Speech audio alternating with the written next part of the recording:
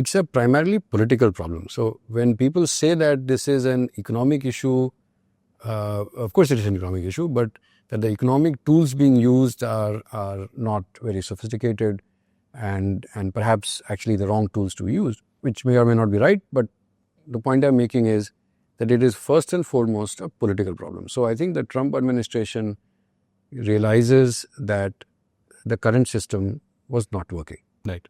And they want to replace it with something. Because of the complexity of the problem, I don't think they're very clear on what the new system is likely to be. So they will make it as it goes. And which is why you see tariff today, no tariff tomorrow, something else the third day. What are those political problems? I think the first political problem is that inequality in the US is very high. In the last 35 years, median real wages in the US have not changed.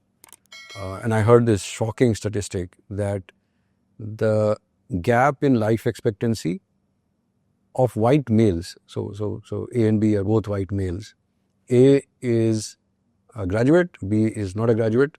The gap is now 17 years. So that shows that there's been significant disparity. And some of the comments that have come from Treasury Secretary Bessent, for example, that the stock markets have done very well. And a large part of the gains in the last 35 years have actually gone to capital owners, and which is the stock market. And 88% of stocks in the US are owned by the top 10%, and the bottom 50% own no stocks at all.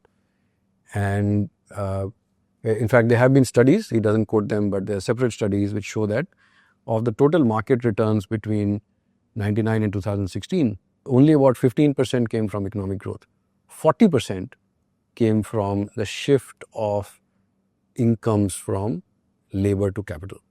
So labor share of capital has gone down, capital share of income has gone up. So these are very deep-rooted political problems. This is one issue.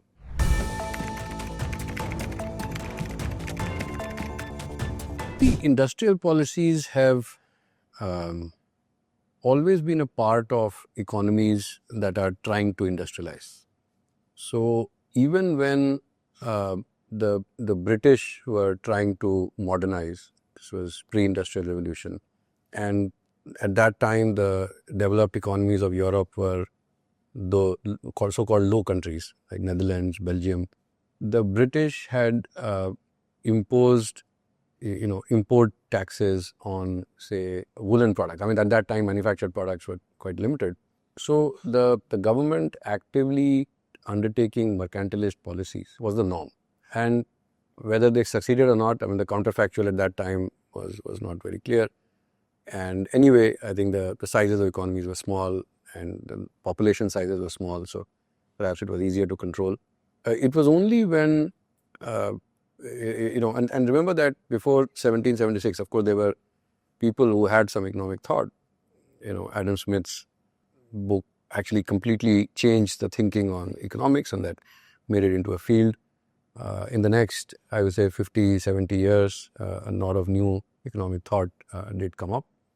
Governments, though, and the role of the state was still seen as, like, if you see some of the earliest, the founders of the US, for example, they were heavily into protectionism. Right. And the US in the late 18th century, in the early 19th century, was an emerging economy.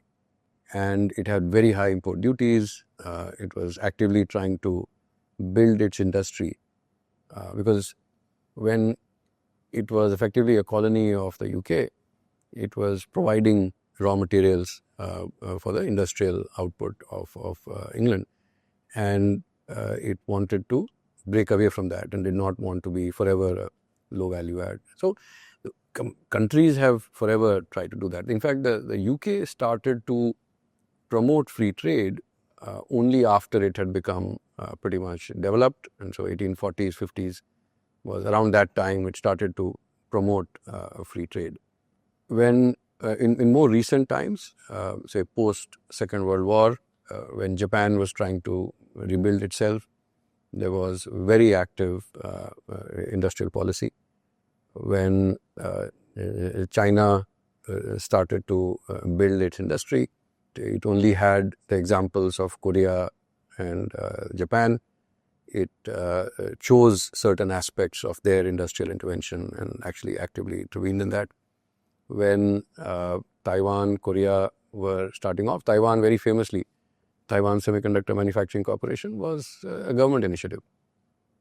So I think most economies that have gone through this phase have actually had some kind of intervention, because while free markets are a very attractive concept, I mean, how do you create that initial seedling? In fact, if you remember those trees by the roadside where they would put some kind of a barrier while the sapling was still, so that the goats and the cows won't come and eat it. And so that infant industry protection is something that has been practiced for centuries, and it has, and it is perhaps still necessary. So if you want to germinate a totally new industry like what India is trying to do with semiconductors, you have to have the state take the initiative, because private sector may not have the wherewithal or even the right incentives or the risk appetite to actually invest in something that is totally new. This has always been the case. Once the trees are reasonably sized and the economy is quite open, then it makes sense to open up the economy.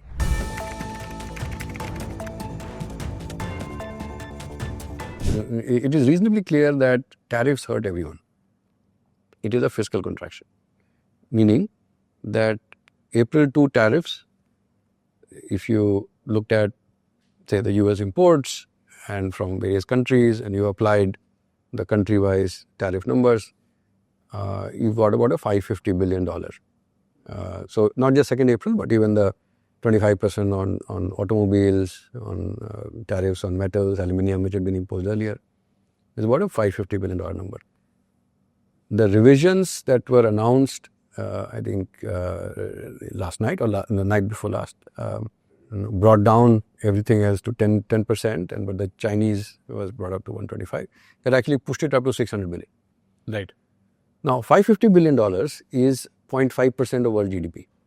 It is a fiscal contraction for the world, because the US federal government is collecting that revenue. Now, the government says that we will pass it along as a tax break. Correct. But one, that will come with a lag. Two, even if it comes, given the uncertainty, it is likely to be saved. Right. So it is a fiscal drag. So it actually slows the world economy down.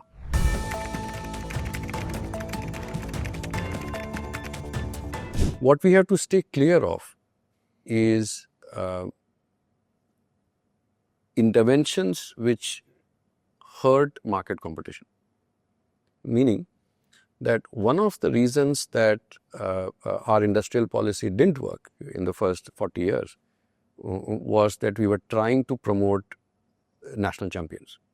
So one company will make power equipment, one company will do all thermal power, one company will do coal mining, one company will do all steel. Then the problem is these guys have no competition. Yep. And then they work at their own pace and things start to slow down.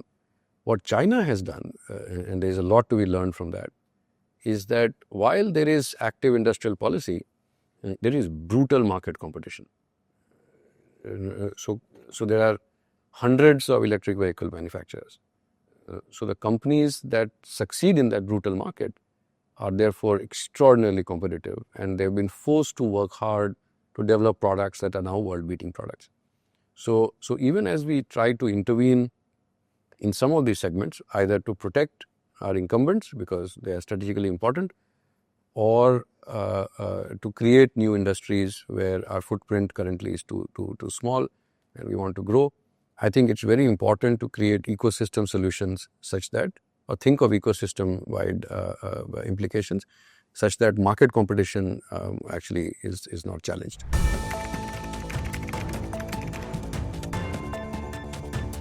So you need a sustained period of high tariffs for the actual manufacturing shifts to happen. So no one is going to shift a factory for 2 years. And the development of local skill sets, where for 15-20 years you've only seen attrition, will take a very long time and a lot of price increases to create those incentives. Look at steel, for example. I mean, the tariffs have been so high, but has US steel output gone up substantially?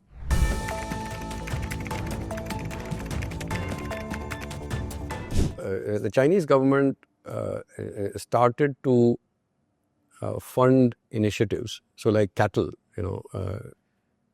contemporary Amperex technology, which is one of the largest battery producers in the world today. So its founder got some subsidy to start batteries. He was, I think he and BYD, when they both started together, it was the early investments into what the Chinese government thought were investments for the future. That so there was significant amount of subsidy given. They were told that this is only available. So they used to work in a Japanese company. They were told that this will only be available if it's a Chinese company. And so they got that subsidy. Of course, to their credit, they innovated, they invested, and they developed the markets, and a lot of things happened. But so over a period of time, you can call it serendipity, you can call it the fact that, as we've discussed often on our on an open dialogue, that the Chinese have this model of systematic financial repression, which gives the state almost unlimited access to resources. So they can choose to play God and say, okay, I'm going to promote these 5-6 different industries. It is not just that they're promoting only lithium ion, they're promoting all kinds of battery technologies. And therefore, they kind of, it's like a index investing. So you have equal 5 options, and whichever works, I'm okay with it. And given how much balance sheet I have as a state, I'm okay to bear the losses elsewhere. Now, so therefore, in batteries, in solar cells, their market shares are 70 to 90%, sometimes 90% plus. In electric vehicles, I think now it is well acknowledged that they are miles ahead of everyone else. They are 60% of global electric vehicles manufacturing. Now, all of this is courtesy state subsidies. Right. Now, today they are very competitive, and today they can go into any market. But the process of trial and error, the mistakes made, the losses incurred, all of that has been funded by the states. If China's global share of manufacturing today is 38%, and you think that in the next 10 years, the growth areas are renewable energy, batteries, and electric vehicles, and maybe even robots, all the Chinese are over-indexed. Right. So their global share of manufacturing is 60 to 70 to 90% in these.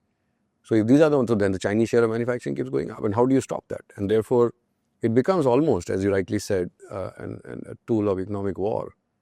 And the only way to fight it is to do this.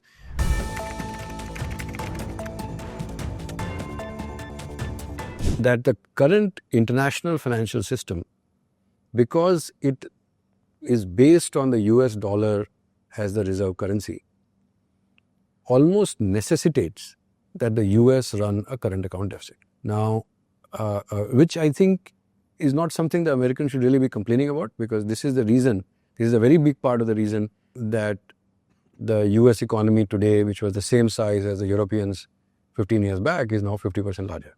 But in the process, if you have, for example, if you have a current account deficit for say 20 years or say 2% of GDP, there is a 40% of GDP deficit that you've accumulated. And so the net international investment position is now minus $18 trillion. So I'm sure, as we will discuss, this poses what is called a new Triffin dilemma. So it has to keep incurring current account deficit. And if that is the case, then after a while, its net international investment position should become so bad that the dollar has to go through a very forcible readjustment, which in a way is what we are now likely to see. Thank you for listening into this episode. I hope you enjoyed this as much as we've enjoyed bringing it to you. We are overwhelmed by the response that we've received and really look forward to your comments and feedback. Do like and subscribe to our channel to keep track of new episodes that are coming through. Thank you.